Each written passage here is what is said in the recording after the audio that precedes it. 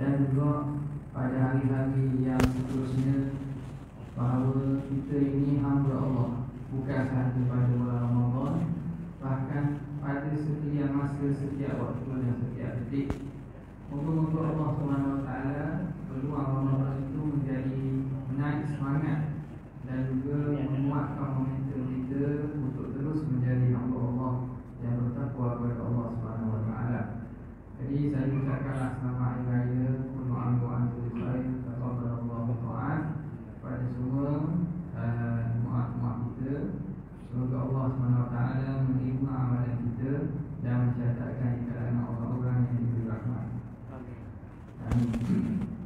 Kita sambung kembali daripada kitab Fathul Mu'in, yang mana kita dah masuk pada pasal berkaitan dengan qolok.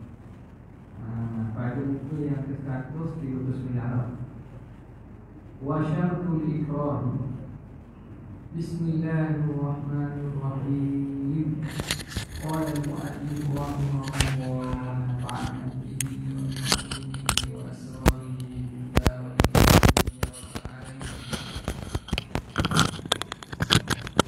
kata pengarang, wa syartul ikrahi qudratul mukrihi ala tahqiqi ma haddada bihi ajilan biwilayatin aw taghallubin wa ajzul mukrahi an daf'ihi bifirarin aw istighathatin wa dhannuhu annahu in imtana'a fa'ala ma khawwafahu bihi najizan.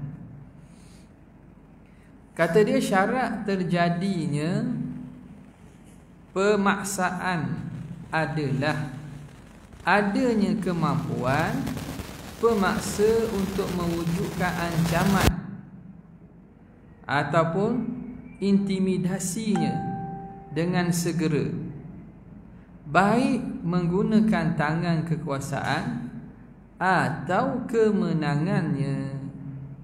Ketidakbisaan yang kedua, syarat kedua, ketidakbisaan si terpaksa untuk menolak ancaman itu, baik dengan lari atau minta bantuan. Dan yang ketiga, adanya perkiraan si terpaksa bahawa bila dirinya membangkang, maka apa yang diancam itu diperbuat dengan tunai, yakni sempurna. Okay. Kita masuk pada tolak ini. Sebelum ini berkait dengan ini. Pada matan Qurratul Ain dia kata tolak itu sah dengan apa? Yaqa'u li ghairi ba'inin talaku mukallaf mu'ta'addin wa muta'addin bisukrin la mukrahin bimahdhurin. Jadi membincangkan tentang sifat atau syarat bagi mutallik, orang yang tolak itu. Orang yang nak tolak itu mestilah orang yang mukallaf, yang ada pilihan. Maka tidak termasuk orang mukrah. Mukrah ni orang kena paksa. Jadi paksa setara mana yang mana dikira kalau paksa orang yang terpaksa tu tolak tak jatuh. Tak. Orang yang dipaksa tu tolak tak jatuh. Setara mana ikrah paksaan tu? Sebab dia kata la mukrahin bimahzur, tidak jatuh tolak orang yang dipaksa. Tak jatuh tolak. Jadi siapa yang tak jatuh tolak ni? Yang kena paksa. Apa maksud kena paksa ni? Kena faham molek ni. Sebab tu dia bincang ni. Ada kau kata, saya bukan nak tolak dengan bini saya, dah dia paksa saya. Saya bukan nak tolak dengan bini saya, tapi dia paksa saya. Ayah dia paksa saya. Saya tolak. Lepas tu mula nyesal. Tak? Mula nyesal. Kira batal ke mana? Dalam kitab kata tolak orang dipaksakan tak jadi. Tak faham makna. Makna dipaksa tu tak faham. Okey, itu bincang apa maksud dipaksa tu. Katanya wasyartul ikrahi. Syarat ikrah tu, paksaan itu ada 3 syarat. Pertamanya, qudratul mukrihi ala tahqiqi ma haddada bihi ajilan. Kemampuan mukrih. Mukrih ni orang yang memaksa. Baca dengan baris bawah ra, mukrih. Orang yang dipaksa tu ada kudrat ada kemampuan ala tahqiqi ma haddada bihi, untuk melaksanakan apa yang dia ugut. Dia kata kalau dak kalau dak tolak aku bunuh. Dah orang kata tu siapa? Dia ada pistol tangan dia. Kerana dia ada kudrat untuk melaksanakan ugutan dia. Kalau dak bakar rumah. Dah orang tu siapa? Orang tu ada kekuatan lah. Tak? Dia gangster kawasan tu. Jadi rumah bakar rumah ni benda besar jugalah, walaupun tak melibatkan nyawa, tapi benda yang dikira sebagai ancaman yang menyebabkan keterpaksaan itu. Jadi syarat pertama ialah kemampuan mukrih ala tahqiqi ma haddada bihi, untuk melaksanakan apa yang dia ugut dengannya, ajilan, dengan segera. Dengan segera makna dia ada kuasa nak buat situla. Dah kalau esok lusa dah lari lagi. Dia kata boleh lah, tapi geng dia mari esok. Tak apa, boleh lepak polis, boleh duduk lain. Tak ada benda ni, segera dia mampu buat. Apa? Ajilan bi wilayatin, sama ada dengan wilayah, dia ada penguasaan. Makna dia itu orang yang ada kuasa. Contohnya pemerintah ke seumpamanya tak. Ataupun orang ketua kawasan tu, dia ada wilayah. Au taghallubin, ataupun dengan penguasaan. Taghallub, wilayah ni dia orang yang diberi kuasa, orang yang mempunyai kuasa yang kita kata kuasa rasmi lah. Taghallub ni orang yang gagah, orang yang ada penguasaan, tapi bukan dengan cara wilayah lah. Sama ada dia itu orang gangster kawasan tu ke, ataupun perampok, ataupun pencuri, penjahat, itu panggil taghallub lah. Sebab dia bukan ada wilayah kepada kita. Tapi dia tu ada kekuatan nak menguasai kita. Maka ancaman yang betul ni, syarat pertama selesai dah. Dia kena lekat belakang tiga-tiga syarat ni, baru dikira sebagai orang itu orang yang terpaksa. Bi wilayatin au taghallubin. Yang seterusnya, wa'ajzul, syarat yang kedua, wa'ajzul mukrahi an daf'ihi, lemah oleh yang kena paksa untuk menghalang apa yang dipaksa. Orang yang kena paksa tu tak mampu nak halang apa yang diancam tu, dia tak boleh nak lawan. Tak boleh nak lawan. Itu syarat kau tu. Sama ada bi firarin, dengan cara lari. Dia tak boleh nak lari dah. Kena tahan, kena ugut, kena sekat, kena kurung, tak boleh nak lari. Kalau boleh lari, kalau tak paksa lagi. Boleh lari, tembor naik motor ke naik kereta lari ke tak? Tu tak terpaksa lagi tu. Au istighathatin, ataupun minta tolong. Nak minta tolong pun tak boleh. Nak minta tolong tak boleh. Okey, itu syarat kedua. Yang ketiga, wa dhannuhu inimtana'a fa'ala ma khawwafahu bihi najizan.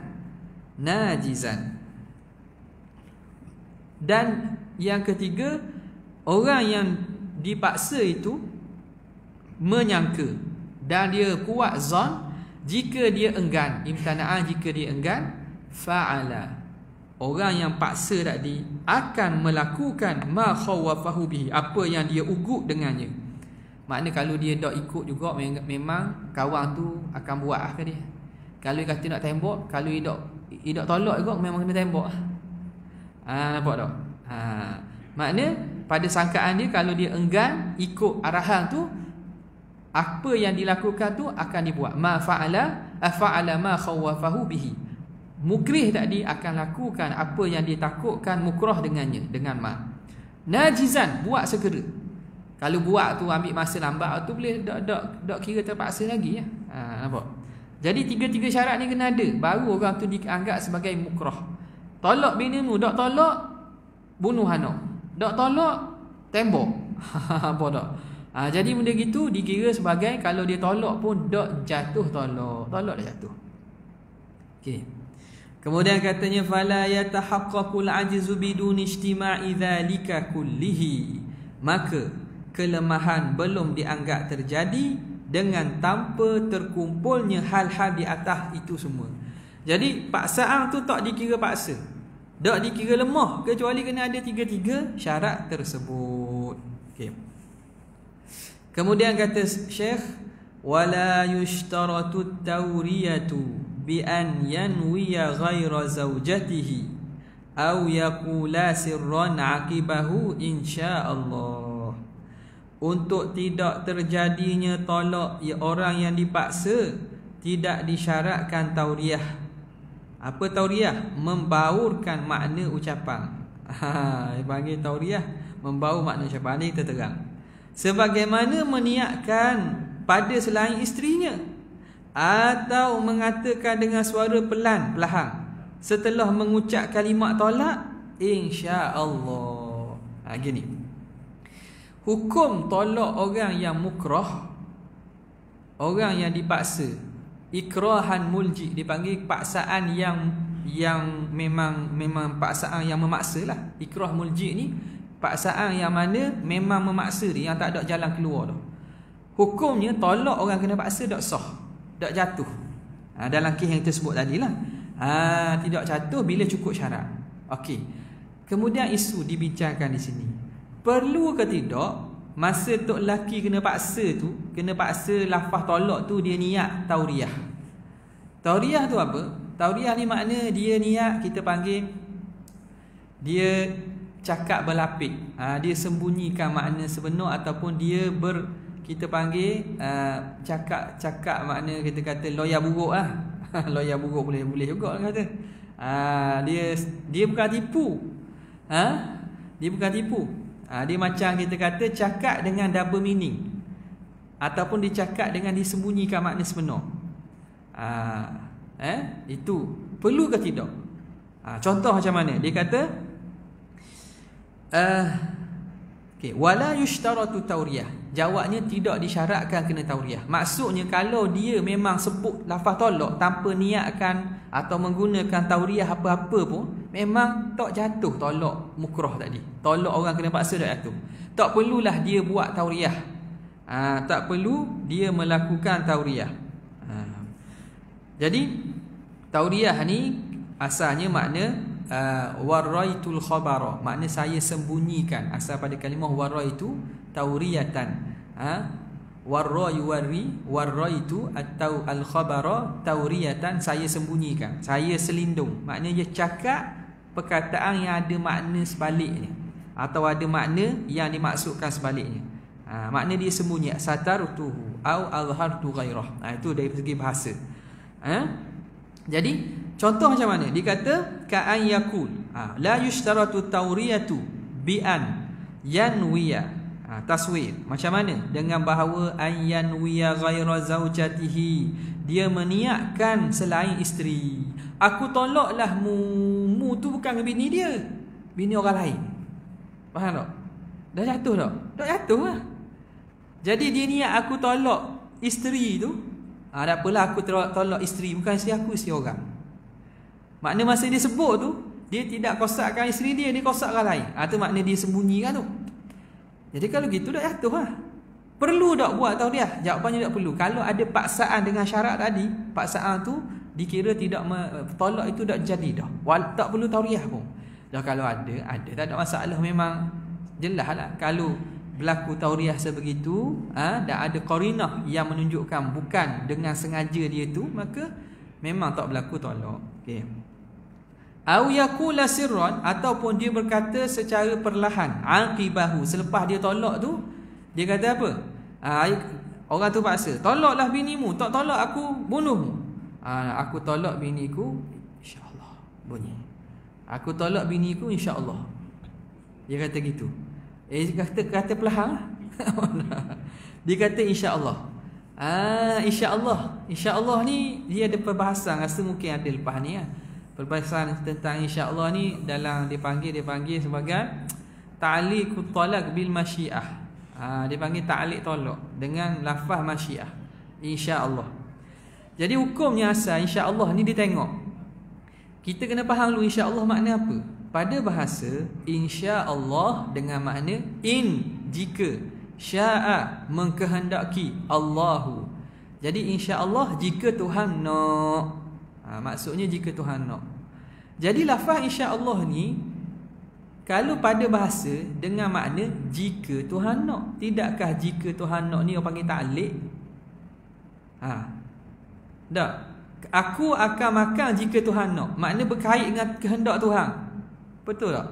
Aku akan makan kalau hujan. Berkait dengan nak makan tu, kalau hujan pun makan. Makna dak hujan dak makan. Makna dia ta'liq. Dia ada situ ta'liq. Ta'liq tolak. Maka bila begitu, dia ta'liq tolak dia dengan kehendak Tuhan. Jatuh ke tidak? Ni ulama bincang. Kalau dia kosakkan dengan lafaz insya-Allah tu kosak ta'liq. Memang dia maksudkan aku akan tolak jika Tuhan nak. Makna dia kaitkan dengan kehendak Tuhan. Tolak tu tak jadi. Tak jatuh. Sebab apa? Sebab kita tak tahu kehendak Tuhan. Jawapan dia tu.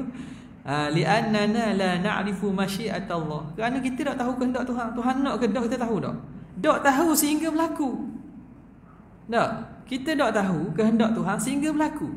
Sebab tu orang tak boleh nak kata saya ni kalau buat baik pun tak jadi ke. Tuhan tetap dah kita jahat.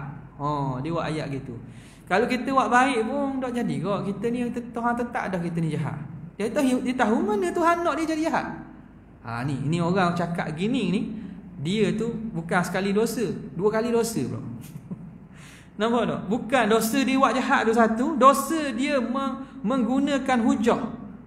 Masyiah Tuhan, kehendak Tuhan tu sebagai hujah atau zari'ah, tujuan sebagai jambatan untuk buat jahat. Dia pun nak salah ke Tuhan pula. Berat tu. Besar dosa tu. Dia kata kita pun gana-gana pun kita ni Tuhan tetap dah kita. Dah tahu mana Tuhan tetap? Dia tengok ke ketetapan Tuhan? Di Lauh Mahfuz ke di ilmu Tuhan? Tak ada.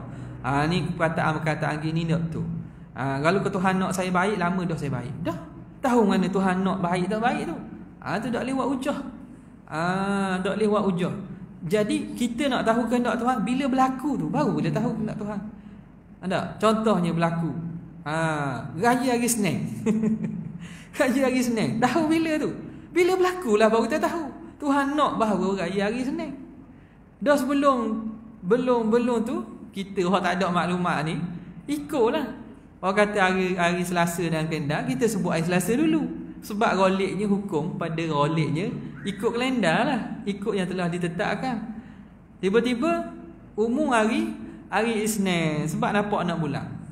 Mana kehendak Tuhan bahawa raya itu hari Isnin. Nampak tak? Kehendak Tuhan raya itu hari Isnin. Ya? Bila berlaku tu baru tahu.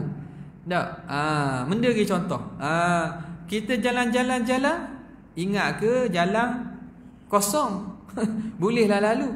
Rupa-rupanya jam teruk. Tak? Berlaku jam tu, bila berlaku baru tahu kehendak Tuhan. Tak? Di sisi ilmu Tuhan tu memang Allah Ta'ala dah siap segala perkara daripada awal sampai akhir ada berlaku pada ilmu Tuhan. Tapi pada hak makhluk ni, kita tak boleh nak kata Tuhan nak gini-gini sehingga berlaku sungguh baru kita tahu. Sehingga berlaku sungguh barulah kita tahu berlaku gini itu kehendak Tuhan. Nampak Maka mana tadi? Bila dia kaitkan aku tolakmu insya-Allah jika Tuhan nak, maka tolak tak jadi. Sebab apa? Tak tahu Tuhan nak. Kehendak Tuhan tu tak boleh nak tahu. Benda ghaib. Jadi ta'liq pada benda yang tidak tahu tak jadi. Itu kalau dengan makna ta'liq. Yang kedua, boleh jadi insya-Allah ni lafaz orang sebut kerana tabarruk. Tabarruk ni ambil berkat. Contohlah orang kata dah esok kita makan roti payang lah sekali bandoh. Contohlah. Makan roti payang dah lama dah. Bulan puasa makan roti payang kan. Tak apa insya-Allah. Tak apalah insya-Allah. Insya-Allah tu benda maksud. Makna betul lah Tuhan juga tahu, tapi kita insya-Allah tu insya-Allah nak pergi tak? Nak pergi lah. Insya-Allah. Tak apalah insya-Allah. Makna nak pergi. Jadi lafaz insya-Allah tu disebut kerana tabarrukan, ambil berkat. Kerana ambil berkat. Jadi lafaz tabarruk makna seakan kita yakin dan kita dah tanam azam. Esok makan roti payang pagi. Tak apa, saya pergi lah insya-Allah. Insya-Allah. Memang nak pergi pun. Nak pula orang belanja. Memang nak pergi pun. Orang belanja. Lepas tu memang nak pergi insya-Allah tu sebut kerana ambil berkat. tabarukan. Maka ketika itu kalau tolak dia sebut insya-Allah dengan niat tabaruk, tolak tu jatuh. Tolak tu jatuh.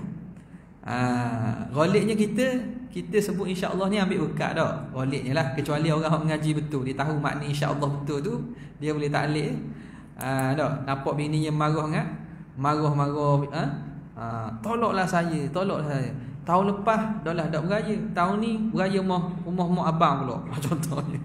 Nak balik rumah siapa. Tak apalah, saya tak ambuh dah. Tolaklah saya. Tak apalah, aku tolakmu insya-Allah. Tolakmu insya-Allah. Jatuh tak jatuh. Tak jatuh tolak. Kalau dia niat apa? Dia niat taklid. Tapi kalau niat insya-Allah tu niat tabarruk, ambil berkat, maknanya memang dia kosakkan nak tolak, jatuh tolak. Nampak? Dalam isu kita tadi, orang yang dipaksa itu tolak dia tidak jatuh walaupun dia tidak buat tauriah, sama ada dengan dia kata niatkan isteri lain atau dia sebut secara perlahan insya-Allah. Maka hukumnya tak perlu pada tauriah lah. Tapi kalau dia buat tauriah, memang tak berlaku jugalah. Nak khabarnya tak perlu pada tauriah tu je. Okey. Kemudian kata pengarang rahimahullah, fa idza qasadal mukrahu al-iqa'a lit-talaqi waqa'a kama idza ukriha bihaqqin ka'an qala mustahiqqul qawadi talliq zawjatak wa illa qataltuka biqatlika abi aw qala rajulun li akhar talliqha aw la aqtulannaka ghadan fatallaqa. Apabila orang yang dipaksa itu bermaksud menjatuhkan tolaknya, maka tolak bisa menjadi tolak jadi. Ni guna ni. Dia kata fa in qasadal mukrahu al-iqa'a lit-talaq waqa'a. Kalau orang yang kena paksa, dia kena paksa, tapi masa dia lafaz tolak tu memang dia niat nak tolak dah. Dia lama dah nak tolak bini dia. Benci lama dah. Orang paksa dia pula. Jadi dia bila paksa dia pun lafaz tolak dengan niat nak tolak sungguh. Jatuh tak? Jawapannya jatuh. Apa tak? Jatuh lah. Waqa'a. So umpama mana? Jatuh waqa'a ni contoh. Hukum samalah hukumnya. Jadi tamthil itu ialah pada persamaan pada hukum. Makna fi wuqu'it talaq. Kama sebagaimana idza ukriha bihaqqin, jika seseorang itu dipaksa dengan sebab yang betul, dengan sebenar. Paksaan tu paksaan yang benar. Bukan paksaan yang tidak benar, paksaan yang dizalimi, bukan. Macam mana paksaan yang benar? Ka'an qala mustahiqul qawadi, seumpama berkata orang yang berhak untuk qisas. Qawad ni makna qisas. Mustahiqul qawad. Al-qawad ay qisas. Siapa mustahiqul qisas? Makna asabah golongan asabah al-majni alaih. Majni alaih iaitu ahli keluarga mangsa. Ahli keluarga mangsa. Jadi ada orang, seorang tu dia bunuh ayah seorang lagi. Jadi asabah dia wali darah panggil. Wali darah kepada si mati berhak untuk tuntut qisas. Berhak untuk tuntut qisas. Kalau pembunuhan tu dibuat dengan sengaja lah, maka dia berhak. Mustahiqul qawad. Orang yang berhak untuk qisas ni, dia kabar, dia pun igat hak bunuh ayah dia. Dia tangkap orang yang bunuh ayah dia, dia kata talliq zaujataka, kamu tolak isteri kamu, wa illa qataltuka biqatlika abi, kalau mau tak tolak isteri kamu, aku akan bunuh kamu sebab kamu telah membunuh ayahku. Jadi dia memang berhak untuk dapat qisas, dapat qawad. Dia paksa orang tu, mu tolak binimu, dak tolak aku bunuh. Sebab apa? Sebab mu bunuh ayah aku. Tiba-tiba kawan tu tolak. Jatuh tak? Jatuh. Sebab paksaan tu paksaan sebenar panggil. Paksaan yang sebenar. Sebab apa? Kalau dia tak tolak pun, dia berhak gila apa kau? Dia berhak kena bunuh tak? Betul tak? Kan dia berhak kena bunuh. Sebab dia telah bunuh orang dengan sengaja. Tidakkah dia tu antara orang yang mana darah dia dibenar tuntut oleh ahli waris kepada si mati. Tiba-tiba dia tolak bini, jatuh lah. Okey. Au qala rajulun li akhara, ataupun berkata seorang lelaki kepada lelaki yang lain, dia kata talliqha aw la aqtulannaka ghadan. Tolaklah isteri kamu, kalau tidak aku bunuhmu esok. Mu tolak isterimu, tak tolak aku bunuhmu esok. Fatallaqa, lalu dia pun tolaklah isterinya, yaqa'u fihi ma, jatuh tolak dalam kedua-dua masalah tadi. Masalah hak penuntut kisah tadi, dan juga masalah orang lelaki tu kata kepada seorang lagi, mu tolak binimu, tak tolak aku bunuh esok. Dia pergi tolak bini dia, hukumnya jatuh tolak. Sebab apa? Esok ni boleh lari banyak benda boleh laku. Jadi bukan syarat antara paksaan mesti dilakukan dengan najizan. Orang tu mampu buat tindakan segera. Kalau esok tak jadi lagi, dia tidak dikira paksaan hak tu. Nampak tak? Jadi kerana itu, kalau dia tolak juga bini dia, maka tolak itu jatuh. Habis. Kemudian katanya, yaqa'u fihima. Yaqa'u fihima. Gini, patutnya yaqa'u fihima tu, maka dalam dua contoh ini, masalah qawat dan masalah pemuda mesok, patut hidup atas. Kalau hak yang Indonesia ni, patutnya dia tu duduk di perenggan atas, dia sambung yang situ. Bisarih itu baru masuk kaitan haraja muta'alliq dengan kembali kepada asal masalah. Okay. Bisarihin, apa dia? Ni ta'alluq muta'alliqun bi yaqa'. Yaqa' hak mula-mula kali pada awal depan tu. Dia kata apa? Yaqa'u li ghairi ba'inin. Yaqa'u bisarih. Tolak itu jatuh dengan apa? Bisarihin wa huwa ma la yahtamilu zahiruhu ghairat talaqi kamushtaqi talaqin walau min ajamiyyin arafa annahu mawdu'un li hilli ismatin nikahi au bu'dihi anha wa illam ya'rif ma'nahul asli kama afta bihi syekhuna. Maka dalam dua contoh ini, masalah qawat dan pembunuhan besok, habis situ. Ada ayat tu titik situ. Sebab sambung atas. Ayat barunya ialah tolak bisa menjadi. Situ pengang baru. Tolak bisa menjadi. Jadi waktu patut naik atas. Okay.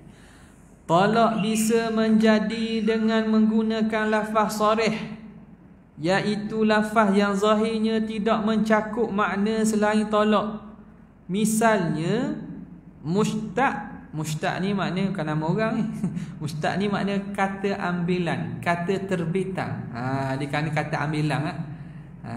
Bahasa Arab ni dia ada kata asal dia, kata root word dia, ada kata asal, lepas tu dia tu boleh berkembang jadi fi'il madhi, fi'il mudhari', fi'il amar, isim fa'il, isim maf'ul, masdar mimi, boleh jadi banyak. Isim makan, isim alah, isim zaman, jadi pecahan banyak. Jadi kerana itu dia kata terjadi soreh. Lafaz soreh ni makna tolak hak jelas, iaitu yang tak ada makna kecuali makna tolak. Tidak mencakupi makna selain tolak. Dia tak ada makna selain tolak. Misalnya mushtaq, yakni pecahan dari kata tolak itu sendiri, daripada lafaz tolak. Talaqtuki, anti talikun, anti mutallaqah. Sebenarnya akan sebut nanti.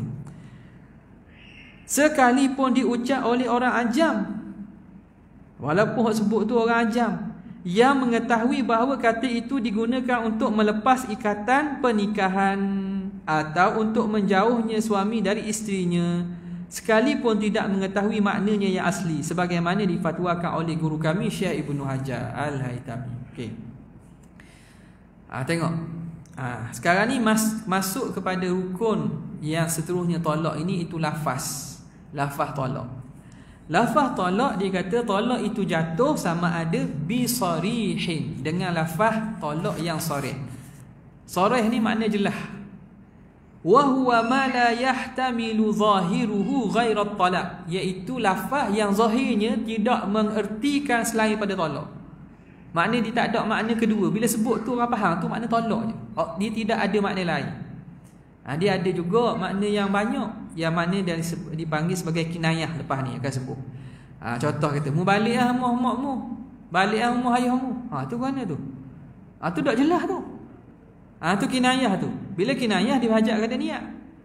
Tapi sarih tak ada, perlu dah. Kerana lafaz itu sendiri memang diletakkan untuk makna kegunaan untuk tolak. Bila seorang tu lafaz dengan keadaan sedar, maka orang tu memang dikira dengan perkataannya, kira jatuh. Okay? Contoh dia kata, jadi lafaz sarih wa huwa ma la yahtamilu zahiruhu ghaira talaq. Lafaz yang zahirnya tidak memberi makna selain daripada tolak. Ka mushtaqi talaqin, seperti kata istiqaq, kata ambilan daripada lafaz tolak. Lafaz tolak dan juga yang wa ma tasarrafa minhu, lafaz-lafaz yang mana boleh pecah daripada dia. Contoh tolak tu, anti talikun. Tu isim fa'il pula. Anti mutallaqatun, isim maf'ul pula. Nampak? Jadi benda itu dikira jatuh, dikira sarih belaka. Sah itu, lafaz itu terjadi walau min ajamiyyin, walaupun daripada orang ajam. Orang ajam apa? Orang hak bukan cakap bahasa Arab. Orang ajam macam kita lah, sebut lafaz tu. Jika apa? Ada qaid lagi tu, sifat ajamiyyin arafa annahu, orang ajam yang mengetahui, arafa annahu mawdu'un li hilli ismatin nikah au li bu'dihi au bu'dihi anha.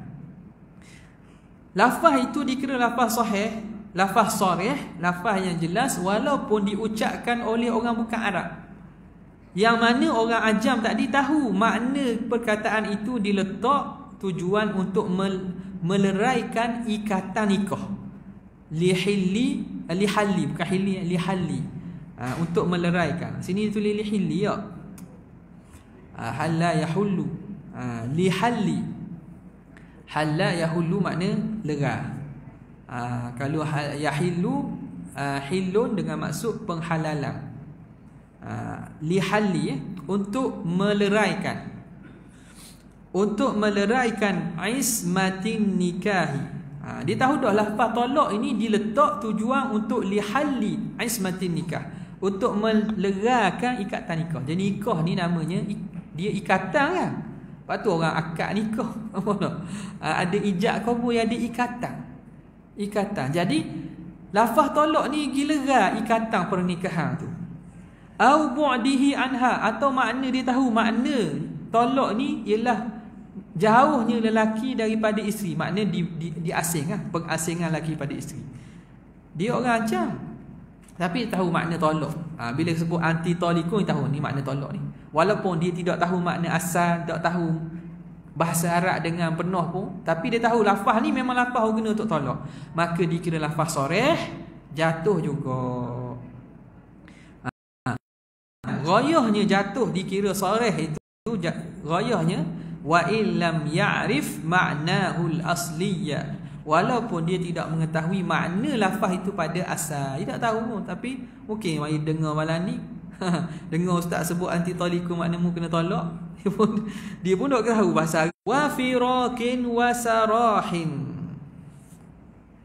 Kemudian firak, lafaz mana ni sebut lafaz sarih. Pertama lafaz tolak, yang kedua lafaz firak, yang ketiga lafaz sarah. Lafaz sarah. Jadi katanya wa firakin wa sarahin litakrariha fil Quran. Dan misalnya mustaq dari kata firak, firak makna berpisah, dan sarah, sarah makna lepas, kerana kata-kata itu semua, tolak, firak dan sarah, berulang-ulang kali disebut dalam Quran. Jadi dalam Quran bila cakap berkaitan ayat tolak, Tuhan guna lafaz ni. Sirah, sirah, perkataan daripada asal perkataan sirah lah. Firaq dan juga talaq. Au sarrihuhunna bima'ruf. Allah Ta'ala sebut au sarrihuhunna bima'ruf. Fa amsikuhunna bima'rufin au sarrihuhunna bima'ruf. Peganglah isteri dengan molek-molek. Kalau ada isteri, jaga dan pelihara elok-elok dengan ma'ruf. Au sarrihuhunna bima'ruf, ataupun lepaskan dengan elok. Nak lepas pun lepas molek-molek. Jadi Tuhan guna lafaz sirah, sarrihu, daripada asal kalimah sarah tu. Jadi perkataan ini dianggap perkataan sarih, lafaz sarih. Lafaz sarih makna tak berhajat kepada niat. Bila sebut dan dia sebut dengan berkehendak sebut, kalau sebut dalam mimpi tak jadi, apa tak? Ataupun sebut sebagai contoh ini tak jadi. Dia kalau berkehendak menyebut, maka hukumnya jatuh tolak. Kerana apa? Litakrariha, kerana berulang-ulang lafaz itu dalam Quran. Okey. Habis. Kemudian katanya ka talaqtuki au farraqtuki au sarrahtuki au zaujati wa ka anti talikun au mutallaqatun bitasydidil lamil maftuhati au mufaraqatun wa musarrahatun. Ini didatangkan contoh. Seperti misalnya talaqtuki atau talaqtu zaujati, saya telah talak engkau, saya telah talak isteriku. Dan farraqtuki farraqtu zaujati, saya pisahkan engkau, saya pisahkan isteriku. Dan sarrahtuki sarrahtu zaujati, saya lepaskan engkau, saya lepaskan isteriku. Dan seperti anti talikun, mutallaqatun, mufarraqatun, mufarraqatun. Makna rosa je tu. Mufarraqatun. Dia ejaan tak, dia eja rumi tu tak kena. Wa musarrahatun, engkau tertolak, ditolak, dipisahkan, dilepaskan. Jadi itu semua dikira lafaz tolak yang sarih. Lafaz tolak yang sarih. Kita penting belajar ni, terutama orang yang dah bernikah pun ataupun nak nikah, penting belajar. Kadang-kadang kita tak tahu benda. Baru ni ada telefon dah. Ada sahabat telefon, masalah berlaku kat sini kat lain. Dia kata kes balik beraya lah, balik beraya jadi baloh. Balik temu anak beranak jadi baloh. Dia baloh mungkin temu dengan beksang ke birah ke guana barah. Situlah kau kata, abang kalau dak tolak saya, apa ni? Kalau saya kalau awak keluar rumah, maka jatuh tolak saya. Hak puang sebut. Taklid tu apa puang sebut. Kita kata, oh, boleh raya, boleh jadi juga raya itu. Dalam berhari raya tu. Dalam berhari raya tu bermaaf-maafan, tak ada maaf-maafan tu. Jadi baloh pula. Dia letak syarat taklid pada tok laki dia. Dia pula letak syarat taklid pada tok laki dia. Jadi macam-macam boleh berlaku. Tu kena tahu ni. Yang memegang, terutamanya orang yang pegang hak tolak ini, orang lelaki lah, kena tahu. Okey. Jadi mana tadi? Ni contoh dia. Ka anti, yang pertama dia kata ka anti talikun. Dia guna sirah isim fa'il talik. Au mutallaqatun. Mutallaqatun.